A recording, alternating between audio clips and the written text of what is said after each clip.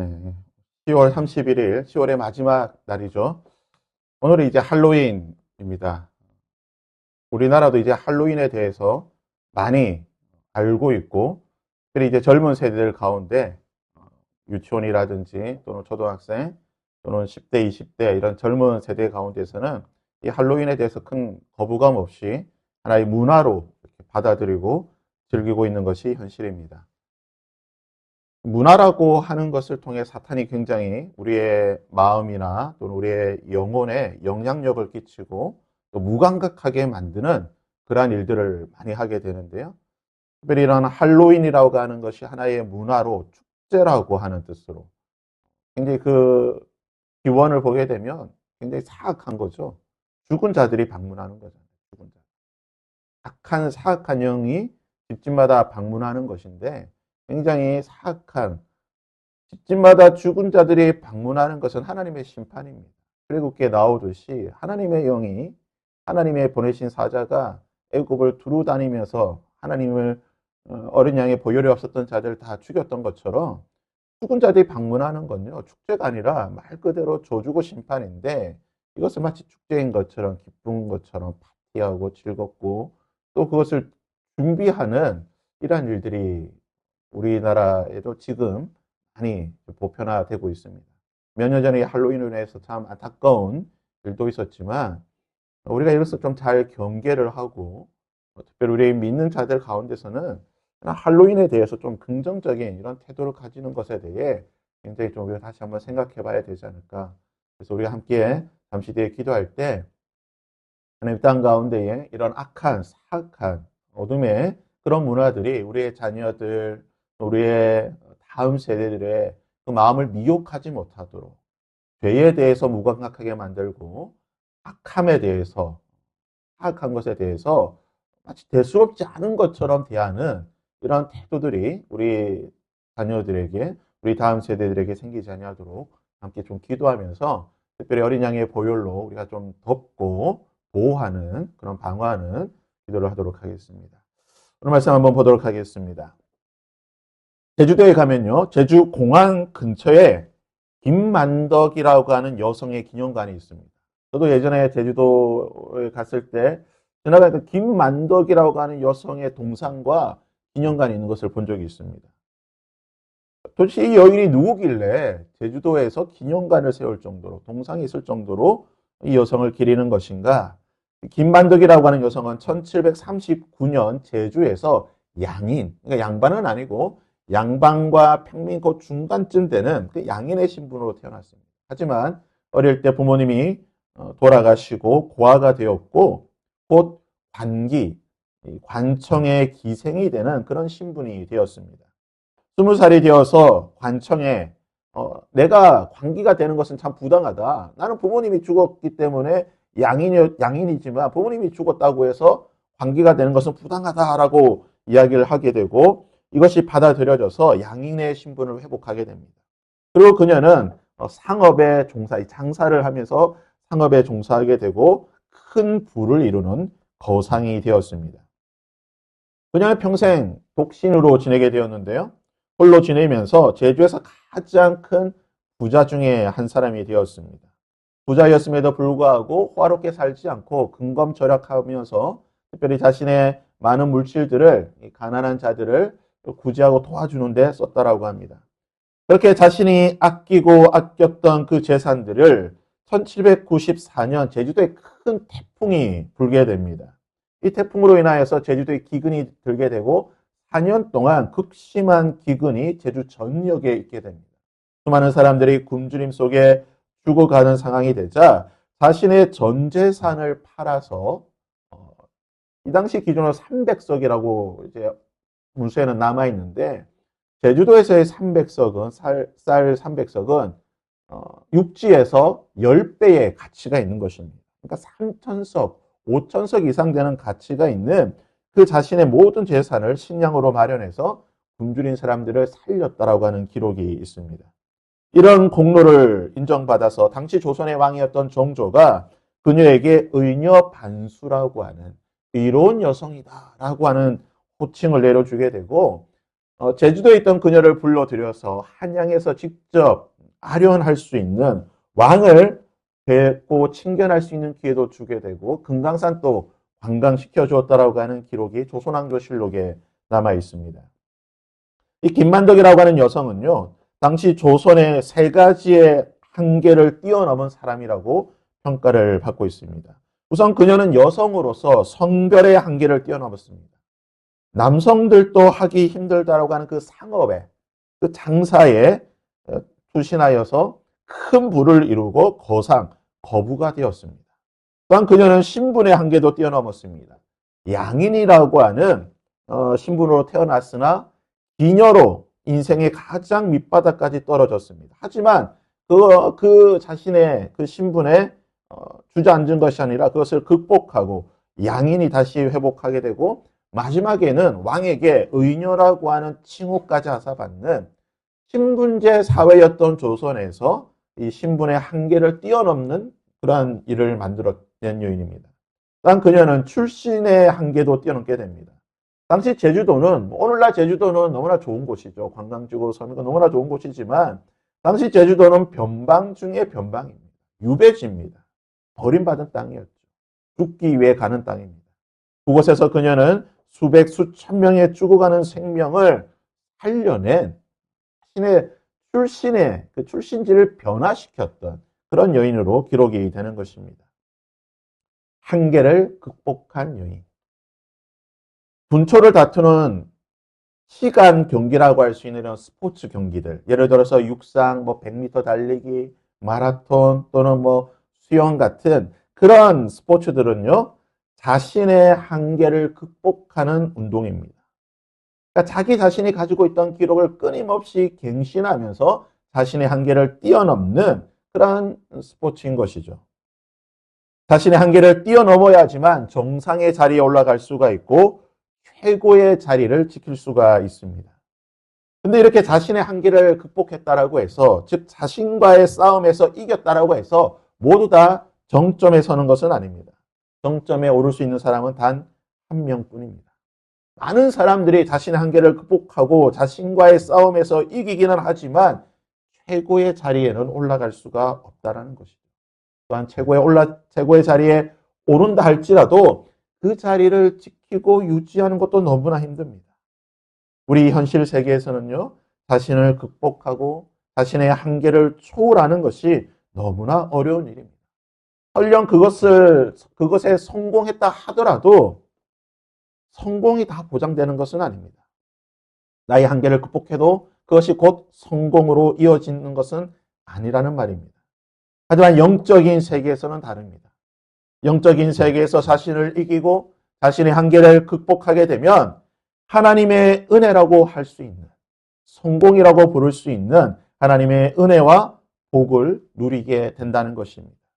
본문에 나오는 인물이 이것을 대표적으로 보여주는 사람인데요. 우리가 야곱의 삶에 대해서는 성경을 통해 너무나 잘 알고 있습니다. 그는 쌍둥이로 태어났습니다. 형 에서 그리고 동생 야곱으로 태어나게 되었습니다. 야곱의 인생을 우리가 여러 단어로 표현할 수 있겠지만 저는 야곱의 인생을 한 단어로 표현하려고 한다면 승부욕의 인생이다. 승부욕의 사나이다라고 표현하고 싶습니다.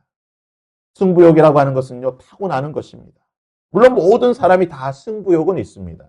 하지만 어떤 사람은 그것이 너무나 많기 때문에 그 승부욕에 붙잡혀서 모든 것을 걸고 살아가는 사람이 있는데요. 야곱이 승부욕에 불타는 사람이라고 볼 수가 있습니다. 그는 태어날 때부터 승부욕에 있던 사람입니다. 아니, 어머니의 뱃속에 있던 그 순간부터 그는 승부욕에 뒤덮여 있던 사람입니다. 성경은 이렇게 기록합니다. 그 아들들이, 즉 에서와 야곱이 그의 태 속에서 서로 싸우는지라. 그가 이르되 이럴 경우에는 내가 어찌할꼬 하고 가서 여호와께 묻자온대. 어머니의 뱃속에 있을 때부터 승부욕이 있는 거예요. 형과 싸우는 겁니다. 네가 크냐 내가 크냐 내가 형이냐 네가 동생이냐 그때부터 싸웠다는 거예요. 그 결과가 어떻게 됩니까? 이렇게 결과가 나타나게 되죠. 후에 나오는 손으로 에서의 발꿈치를 잡았으므로 그의 이름을 야곱이라. 야곱의 뜻이 팔꿈치를 잡았다는 뜻 아니겠습니까? 먼저 뱃속에서 나가려고 하는 그 형의 발을 붙잡고 내가 먼저 나가겠다라고 승부욕에 사로잡혀 있던 사람, 그가 바로 야곱이라는 것입니다. 야곱의 이런 승부욕은요, 생존을 위한, 살기 위한 그러한 무기였던 것입니다. 야곱이 살았던 이 고대 근동의 문화에서 장자와 그리고 장자 외의 다른 아들들은 비교할 수 없는, 아니 비교 불가의 신분인 것입니다. 장자는 아버지의 모든 것을 다 독차지합니다. 아버지의 모든 것을 다 가질 수가 있습니다. 하지만 차남과 그리고 다른 아들들은요, 빈털터리가 되는 거죠. 아버지가 주지 않는다고 한다면, 또는 그 장남이 나누어 주지 않으면 어떤 것도 받을 수가 없습니다. 형의 발꿈치를 붙잡고 나왔다고 표현하고 있는데요. 태어난 시간을 한번 생각해 보면 형의 발꿈치를 붙잡고 나왔으니까 불과 형하고 태어난 시간이 1분, 2분밖에 차이가 나지 않습니다. 한번 생각해 보십시오.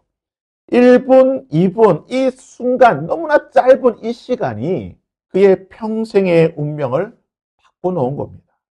그러니 야곱의 입장에서는 이 1분, 2분의 차이로 갈라진 자신의 운명을 극복하기 위해서 그는 그 누구보다 악착같이 승부욕에 잡힌 사람이 되었던 것입니다. 사람이라고 하는 그 한계를 극복하기 위해서는 형을 반드시 이겨야 하는 것입니다. 무슨 수단과 방법을 썼더라도 형을 이겨야 하는 것입니다. 야곱은 형 에서를 이기기 위해 자신이 할 수 있는 모든 것을 다 동원해서 자신의 그 동생이라고 하는 차남이라고 하는 이 한계를 극복하고자 하였습니다. 굶주렸던 형을 속여서 붉은 죽 한 그릇으로 장자의 명분을 사게 됩니다. 형과 아버지를 속여서 자신이 속여서 얻었던 이 장자의 명분으로 아버지의 모든 복을 가로채게 됩니다. 자신이 할 수 있는 최고의 최선의 모든 방법을 동원해서 야곱은 나름대로 자신의 한계를 극복하고자 하였습니다. 그 결과가 무엇입니까? 그는 도망자가 되었습니다.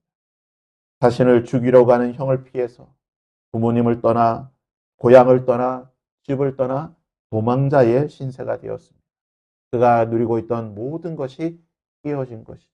가정이 깨어지고 행복이 깨어지고 꿈이 깨어지고 모든 것이 깨어진 것입니다.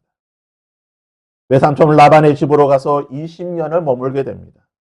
아마 외삼촌 집에 갔을 때는 한 1, 2년 있다가 좀 괜찮아지면 가겠지라고 생각했을 것 같아요. 하지만 한두 해만 끝날 줄 알았던 이 생활이 20년이 지났습니다. 그곳에서 결혼도 하였고요. 자녀도 낳았습니다. 많은 재산도 모았습니다. 20년 동안 야곱은 자신의 한계를 극복하고 나의 싸움을 이겼다라고 생각했을 것입니다. 그도 그럴 것이 그는 빈손으로 외삼촌 라반의 집에 왔습니다. 하지만 그가 외삼촌의 집을 떠나는 20년이 지나고 나서 그에게는 두 아내와 여러 명의 첩과 그리고 11명의 아들이 있었습니다. 셀 수도 없이 많은 양떼와 소떼와 그리고 많은 종들을 거느리는 거부가 된 것입니다. 누가 봐도 야곱의 성공 스토리처럼 보이죠. 자신의 한계를 뛰어넘고 자신의 모든 것을 극복해낸 그러한 모습입니다. 자신을 극복하고 형에게 빼앗은 그 축복의 말씀대로 큰 복을 누리게 된 야곱이 이제 고향으로 돌아가려고 합니다. 부모님에게 돌아갈 마음이 생겨서 부모님에게 돌아가려고 하는데 이 순간 더 이상 자신이 넘을 수 없는, 극복할 수 없는 형의 분노를 만나게 됩니다. 야곱이 돌아온다는 소식이 들리게 되자 에서는 어떻게 합니까?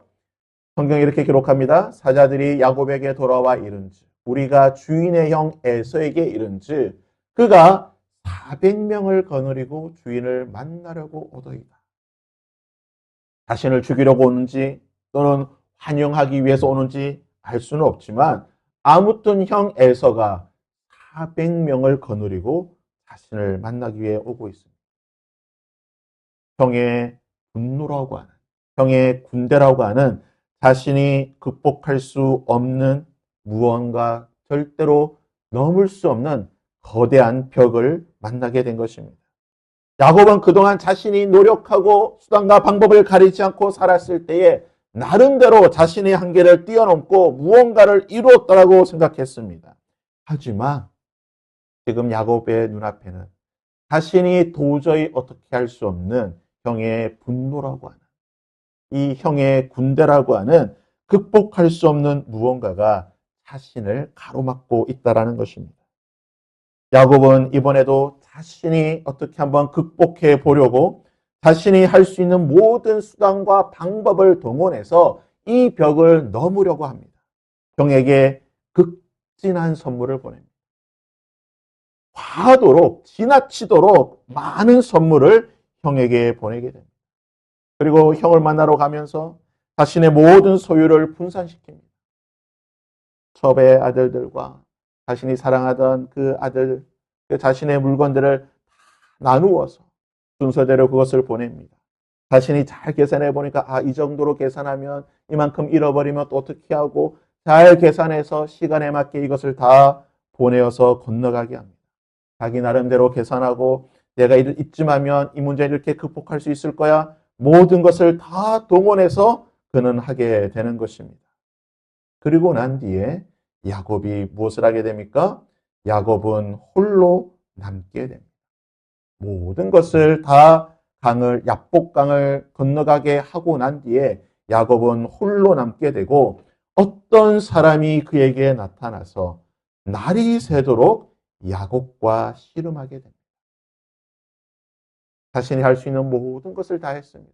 형의 그 분노를, 형의 그 화를 가라앉히기 위해 자신이 할 수 있는 모든 것을 다 하고 저는 홀로 야복강에 남아있을 때에 한 사람이 나타나 그와 씨름을 하였다는 것입니다. 이 상황을 한번 생각해 볼까요? 지금 야곱의 마음이 어떨까요? 야곱은요, 극심한 두려움에 쌓여 있습니다. 그럼 이제 이 강을 건너고 해가 뜨면 형을 만나야 됩니다. 형이 자신을 죽이기 위해 400명을 이끌고 왔습니다. 얼마나 두렵겠습니까? 자신의 목숨이 이 밤을 지나고 나면 어떻게 될지 알 수 없는 풍전등화도 같은 상황에 그는 엄청난 두려움 속에 있었을 것입니다. 강가에 그가 자려고 누워있겠지만 잠이 올까요? 이 밤이 마지막이 될 수도 있는데요. 잠도 오지 않았을 겁니다. 이리 뒤척 저리 뒤척 홀로 남아있는 그 밤, 잠 못 이루던 그 밤에 갑자기 어디에선가 부스럭거리는 인기척이 들립니다. 야곱의 마음이 어땠을까요? 깜짝 놀랐겠죠.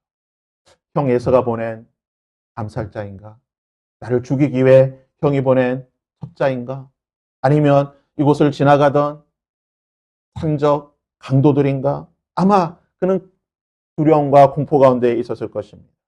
그리고 그 사람이 보이게 되자 아마 야곱은요, 앞뒤 돌아보지 않고 다짜고짜 그 사람을 붙잡았습니다. 성경은 뭐라고 표현합니까? 씨름을 했다라고 말합니다. 그것은 우리가 그냥 씨름 경기 이런 게 아니에요. 그냥 그 사람 멱살 잡고 허리 붙잡고 꽉 붙잡고 안 놔주는 겁니다.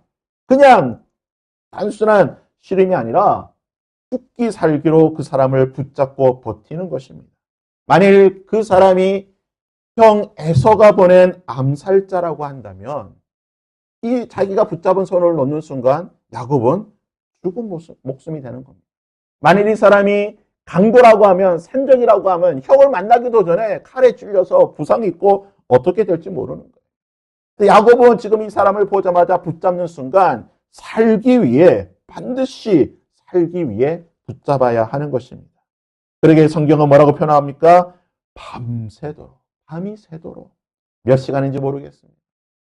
몇 시간 동안 해가 뜰 때까지 이 사람을 붙잡고 버틴 것입니다. 아마 야곱은요, 지금 자기가 붙잡고 있는 사람이 하나님의 사람인지 하나님의 사자인지 암살자인지 강도인지 알 수가 없습니다. 아무튼 살기 위해 붙잡고 있는데요. 1시간이 지나고 2시간이 지나도 이 사람이 조금 이상한 거죠. 자신을 죽이려고 하는 것 같지는 않습니다. 하지만 어쨌거나 이 사람을 밤새도록 붙잡고 버티는 것입니다. 진이 빠지고 기운이 빠지고 있습니다. 이제 그만하려고 할 생각이 들었습니다. 해가 뜨려고 하는 시간이 된 것이죠. 성경이 이렇게 표현하고 있습니다. 그가 이르되 날이 새려 하니 나로 가게 하라. 야곱이 이르되 당신이 내게 축복하지 아니하면 가게 하지 않겠나이다. 야곱은요 20년 동안 양치기로 살았던 사람, 잔뼈가 굵은 사람입니다. 그도 아마 힘이 좋았을 거예요. 그가 어렸을 때는 곱상하게 생겼겠지만 20년을 거친 들판에서 생활하면서 잔뼈가 굵은 그러한 사람이었는데, 이런 자신이 밤새도록 자신과 함께 할 정도면 이 사람도 보통 사람은 아니겠구나. 내가 이 사람에게 그래도 복이라도 좀 받아야 되겠다. 이제 형을 만나는 이 순간을 앞두고 이 사람에게 복이라도 받아야 되겠다. 그래서 이 사람에게 복을 요청하고 있는 것입니다. 그러자 이 사람이 야곱에게 무엇을 하는 것입니까? 그가 이르되 내 이름을 다시는 야곱이라 부를 것이 아니요 이스라엘이라 부를 것이니 이는 내가 하나님과 및 사람들과 겨루어 이겼습니다. 이스라엘이라고 하는, 하나님과 사람을 이겼다라고 하는 전대미문의 이름을 받게 된 것입니다. 야곱이 밤이 새도록 씨름한 것은요 단순한 씨름이 아니었습니다. 히브리어로 이 씨름하다라고 하는 단어가 이 아바크라고 하는 단어에서 온 단어인데요. 이 아바크라고 하는 단어가 무슨 뜻이냐? 먼지, 티끌이라는 뜻입니다.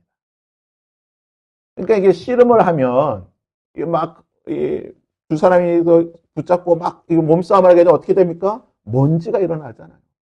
먼지가 날리고 티끌이 날리는 겁니다. 그 모습을 바라보면서 이제 먼지, 티끌이라는 그 단어에서 아바크라고 하는 단어에서 씨름하다라고 하는 단어가 온 것입니다. 무슨 뜻입니까? 먼지와도 같은 인생. 바람에 흩날려서 사라지는 티끌 같은 그러한 인생이죠. 그러한 인생으로 도저히 극복할 수 없는 그러한 한계에 붙잡혀 있지만 그 한계를 뛰어넘기 위해 야곱이 할 수 있는 것은 하나님을 붙잡은 것입니다. 하나님을 붙잡을 때에, 하나님께 붙잡힐 때에 먼지와도 같은 그의 인생이, 티끌과도 같은 그의 인생이 극복하는 인생으로 바뀌게 되었다는 것입니다. 때로 우리는 내가 할 수 있는 모든 것을 다 했지만, 모든 수단과 모든 방법을 다 동원했지만 커다란 벽 앞에 서 있을 때가 있습니다. 내 모든 것을 다 동원했지만 도저히 넘을 수 없는 거대한 벽 앞에 좌절할 때가 있다는 것입니다. 내 힘으로 어찌할 수 없는 그 벽 앞에서 우리는 절망하기도 하고 포기하기도 합니다. 때로는 하나님을 향해 원망할 때도 있습니다. 그럴 때에 야곱이 한 일이 무엇입니까? 그는 홀로 남아 날이 새도록 어떤 사람 곧 하나님과 씨름했다는 것. 먼지 같은 나의 인생이죠. 내가 반드시 이것을 극복해낼 것이라고 하는 그 결심으로 하나님을 붙잡은 절박한 씨름을 했다는 것입니다. 이것이 바로 오늘 이 밤 우리가 붙잡아야 할 해답인 줄 믿습니다. 우리의 한계를 극복할 수 있는 유일한 방법은 씨름하는 것이에요. 먼지와 같은 나의 인생이지만 하나님을 붙잡는, 하나님만을 붙잡는 간절함이 있어야 한다는 것입니다. 우리는 너무나 자주 야곱의 옛 모습처럼 내 힘으로 나의 한계를 극복하려고 합니다. 나의 문제를 나의 힘과 나의 지혜와 나의 노력으로 어떻게 해서든 돌파해 보려고 생각하고 도전하고 시도를 하게 됩니다. 하지만 하나님께서 원하시는 것은 하나님을 붙잡는 것입니다. 하나님을 붙잡고 하나님을 의지하고 나의 방법들을 내려놓고 나의 수단들을 하지 말라는 것이 아니에요. 나의 방법, 나의 시도조차 하지 말라는 것이 아니에요. 그 모든 것들을 내려놓고 내가 하나님 앞에 먼지와도 같이 연약한 존재임을 인정하고 하나님을 붙잡는 것입니다. 하나님 앞에 엎드리고 하나님께 기도하는 것입니다. 그 사람과 밤새도록 씨름했을 때에 그 사람이 야곱의 환도뼈를 치게 되는 것이죠. 이것이 무엇을 말하는 것입니까? 야곱의 힘을 끊어버린 것이죠. 야곱이 의지하고 있던 그 힘의 근원이 되었던, 밤새도록 씨름하였던 그 힘의 근원이 되었던 한도뼈를 꺾어버린 것입니다. 하나님께서 나의 힘의 근원을 치는 날이 올 것입니다. 내가 의지하고 나의 한계를 극복하기 위해 나의 모든 것을 의지하였던 그 환도뼈를 하나님께서 치게 되실 때 우리가 할 수 있는 단 한 가지의 방법은 하나님이 나를 축복하지 아니하시면 가지 않겠습니다. 하나님을 끝까지 붙잡는 그 간절함이 우리에게 있어야 될 줄 믿습니다. 이 절박함이 오늘 이 밤 저와 여러분에게 있기를 바랍니다. 하나님이 오늘 이 밤 나를 축복해 주지 않으신다. 하나님이 오늘 이 밤 나와 함께 해 주지 않으신다라고 합니다. 하나님, 나의 힘을 의지하는 것이 아니라, 나의 능력을 붙잡는 것이 아니라, 먼저와도 같은 나의 인생이지만 내가 하나님만을 의지하고 붙잡을 때에 하나님, 오늘 이 밤 나를 축복하여 주옵소서. 내가 오늘 이 밤 하나님을 그냥 보내지 않겠습니다. 내가 오늘 이 밤 하나님을 그냥 지나가지 않겠습니다. 하나님, 오늘 이 밤 내가 이 자리를 그냥 나서지 않겠습니다. 내가 반드시 하나님의 은혜를 받겠습니다. 이 간절함이 오늘 이 밤 우리 가운데 있기를 바랍니다. 하나님이 우리의 힘을 꺾으시고 먼지 같은 우리 인생 가운데에 하나님이 붙잡아 주실 때에 우리는 반드시 한계를 뛰어넘게 될 것이고 한계를 극복할 뿐만 아니라 결코 바뀌지 않을 것 같은 그 에서의 마음이 변화되었던 것처럼 하나님께서 우리 모든 것들을 변화시킬 줄 믿습니다. 오늘 밤 그 하나님을 바라보며 하나님을 붙잡을 수 있는 저와 여러분이 될 수 있기를 주님의 이름으로 부탁드립니다.